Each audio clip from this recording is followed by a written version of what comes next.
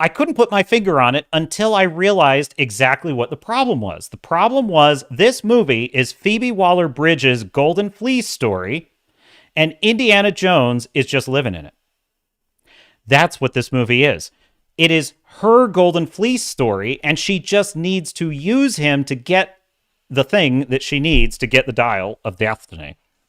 He just wants to live his pathetic, sad retirement in peaceful, drunken aloneness, when what should happen but a plucky, irritating, kind of bitchy, frankly, English woman strolls into his life, turns out to be his goddaughter he's forgotten, and she starts bugging him to dig through the university archives to find this treasure. And she opens by saying, "I want you to come on one final adventure with me."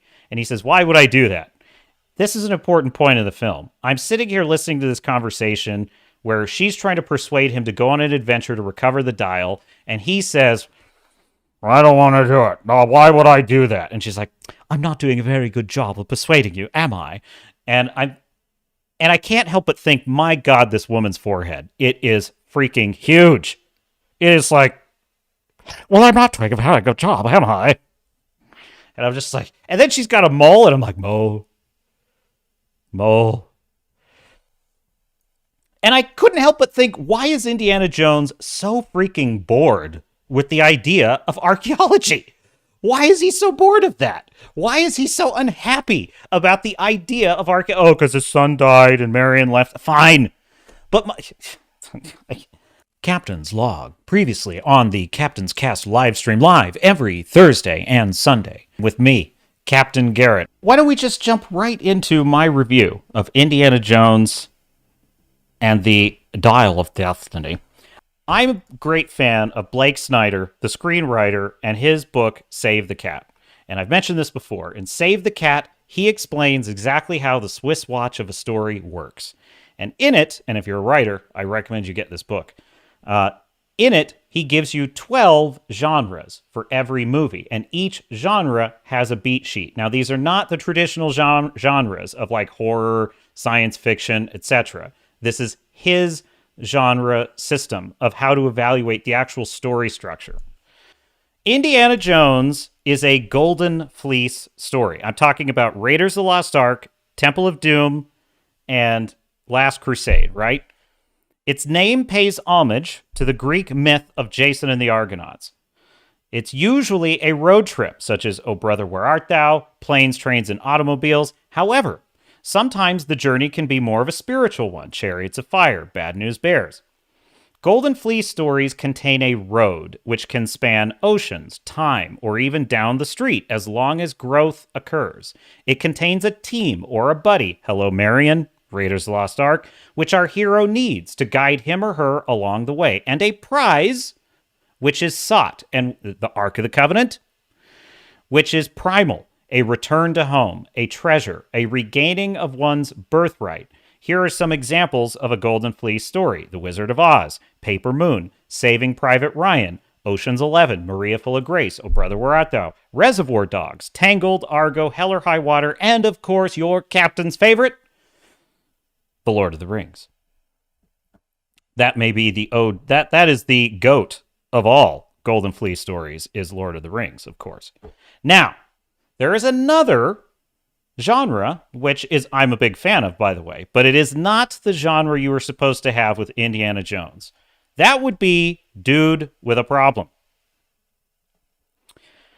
With the ordinary man or woman facing extraordinary circumstances, dude with a problem contains an innocent, someone who is unaware that he or she is being dragged into a dangerous world, such as a sudden event, which thrusts our hero into this world without warning, and a life or death battle in which the preservation of self, family, society, or world is crucial.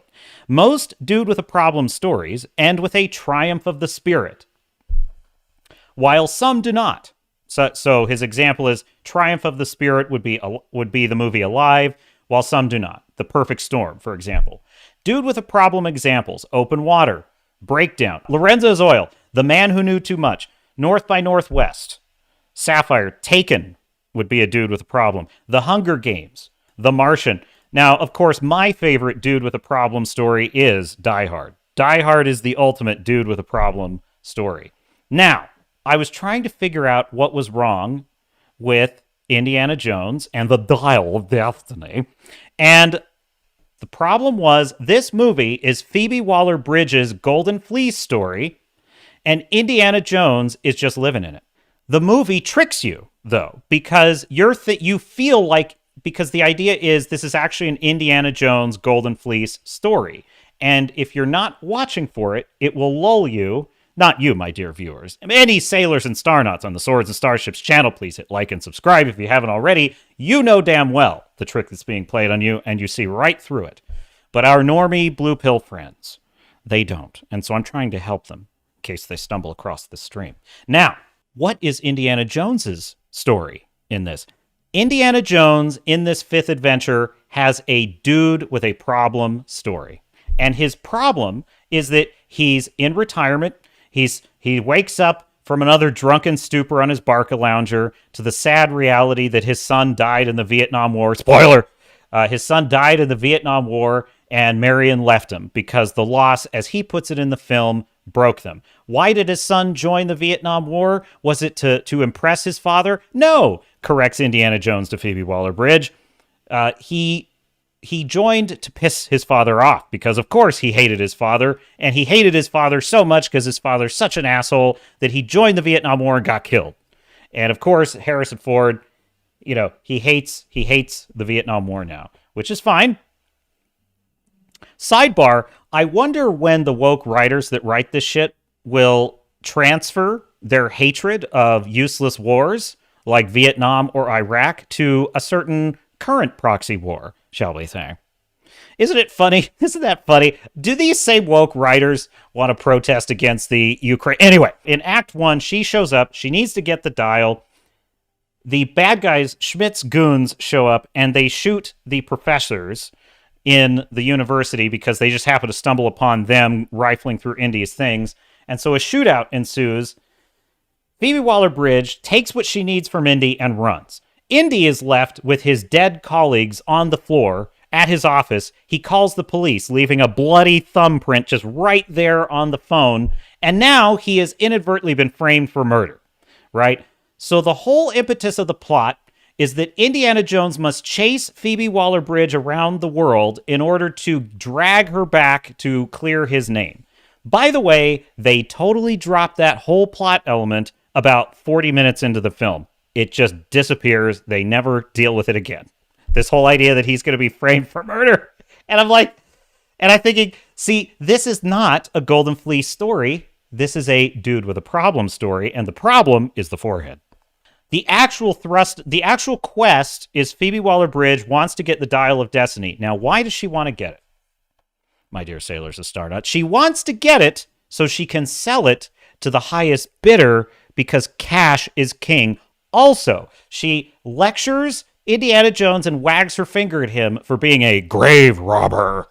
Just like my father, you're a grave robber. You're a grave robber. It's like, but he was at least delivering, and he points this out to her, but he was at least delivering the artifacts he was grave robbing and stealing to museums because he didn't want Nazis to steal them. So what is she doing? She's stealing things and selling them. She is a sociopath. This character is a sociopath. Helena is her stupid name. Helena, played by the forehead, Phoebe Waller-Bridge, is one of the most unlikable, bitchy, annoying,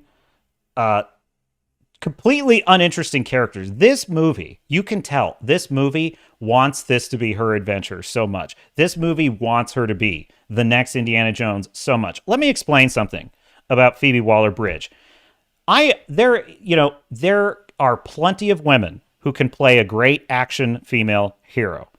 Gal Gadot is excellent as Wonder Woman. Gina Carano was excellent as a drop stormtrooper. What was she? A rebel drop trooper. There are plenty of women. Sarah Ferguson is excellent in the Mission Impossible films as a counterpart super spy to Ethan Hunt's super spy. Phoebe Waller-Bridge is a nerd. Okay? She is a nerd. And no disrespect to nerds, I myself am a nerd. You don't see me trying to replace Indiana Jones as an action star. Okay? We all need to just stay at our lane here. She's gangly. She has bad posture. She's goofy looking. She runs weird. She has zero athletic ability. She's gangly, awkward, and nerdy. She's a dweeb. She's a dweeb. She thinks she's funnier than she is, which makes it even worse. And she is doing action sequences in this that are the least convincing I think I've ever seen. There is a scene in this in which she is trying to catch there's Nazis in this. The Nazis are in their Nazi plane because Nazis get in Nazi planes to Nazi, and they're flying, they're trying to take off in a storm with driving rain. She's got to chase down this plane, so she gets on a motorcycle, and she's riding this motorcycle in the driving rain to catch this plane. And it's just, it is all volume. It's all CGI. And I could not help it because I just recently watched all the Mission Impossibles again. I couldn't help but think about Tom Cruise's stunt in Mission Impossible 5, I believe it is.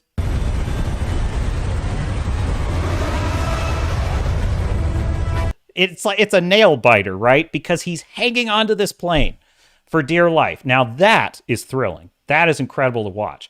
Phoebe Waller-Bridge chasing this plane on a motorcycle in the volume, looking like a gangly, unathletic nerd. There is no universe in which Phoebe Waller-Bridge is an action hero. None. It's never going to happen. There's frankly no universe where she is a charming, witty, likable, intelligent, nerdy character either. She knows every single ancient language that Indiana knows. She reads every single ancient hieroglyphic language that Indy reads. She's memorized. I shit you not, my dear sailors and star nuts.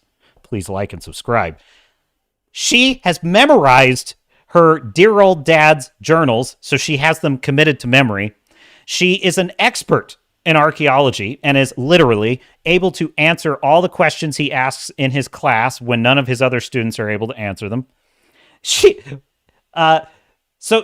she literally can do every single thing Indiana Jones can do. There is one scene in the entire movie where Indiana Jones says, "You need me and you can't dump me." By the way, she spends most of the movie trying to dump him, trying to get rid of him and escape him.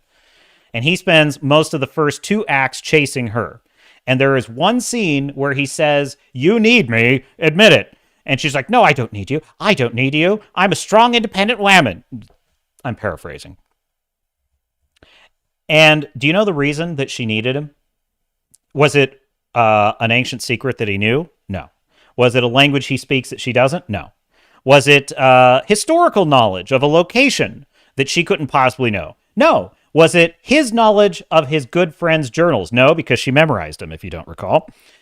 It's because he knew a guy with a boat. She needed a boat to get to the Mediterranean and didn't have one, and he knew a guy, Antonio y Banderas, who had a boat.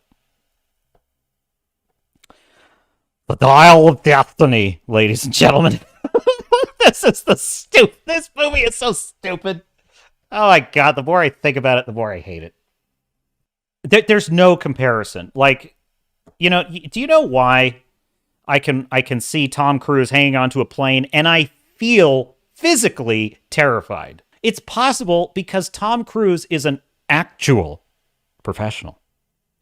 Tom Cruise is a craftsman with a work ethic. Phoebe Waller-Bridge is a gangly, nerdy, not that attractive, giant forehead, annoying little twit. And she does not do any of the work that he does, while demanding that she be praised because she's a whammon. Now, she can only pull off an action sequence in which everything is fake, none of it is really happening, she's doing none of the physical work, not a tenth of the physical work that Tom Cruise is doing, and because of that, it shows. It's sloppy. It's crap. I feel nothing. I feel absolutely nothing. And when I see Gina Carano throw a roundhouse kick into a dude, I'm thinking that's going to sting. Put some ice on that. When I see Sarah Ferguson, she comes on the screen and she's flipping around in that silk dress. It's amazing. It's awesome. Charismatic. She's charming. something Phoebe Waller-Bridge knows nothing about. And you could just tell this film wants you to like her so much. I don't know why. What idiot thought it was going to be great? She was going to be likable because all she wants to do is steal the artifacts and sell them. She freaking leaves Indiana Jones, her godfather, on the hook for murder in the first act of the film. She's awful. She's a psychopath. I could not care about this bitch. I really couldn't. It's like, and the movie heaps so much of the heroism on her at the final act of the film. Out of 10 possible bars on the epaulets, this film scores 3. And that is because it would be unethical to score this film lower than Ant-Man Quantumania, which gets 0. Or The Flash. Let's see. You know, what would I say? I'd say The Flash clocks in at about a 3. Yeah, no, so I'm revising. No, 2 bars. 2 bars for Indiana Jones and the Dial of Destiny, and 3 bars for The Flash because of Michael Keaton. The mission will continue on the Captain's Cast live stream with me, Captain Garrett, on the Swords and Starships channel live every Thursday and Sunday, 1 p.m. Pacific, 4 p.m. Eastern. Don't miss it, and I will see you in the chat out there. Make sure to give me a follow on Locals at swordsandstarships.locals.com. It's free to follow and direct message me on Locals, and this will help defend against YouTube censorship and allow me to maintain a direct connection with you. The mission of this channel is to build a fellowship of sci-fi, fantasy, and action-adventure fans who prize freedom of speech and artistic expression above all. And if you choose to support the channel with a paid membership, there will be even more exclusive content in store, and I would certainly be honored to earn your support. Until then, hail to you, hail to the Fellowship, and hail to the Iron Age of entertainment.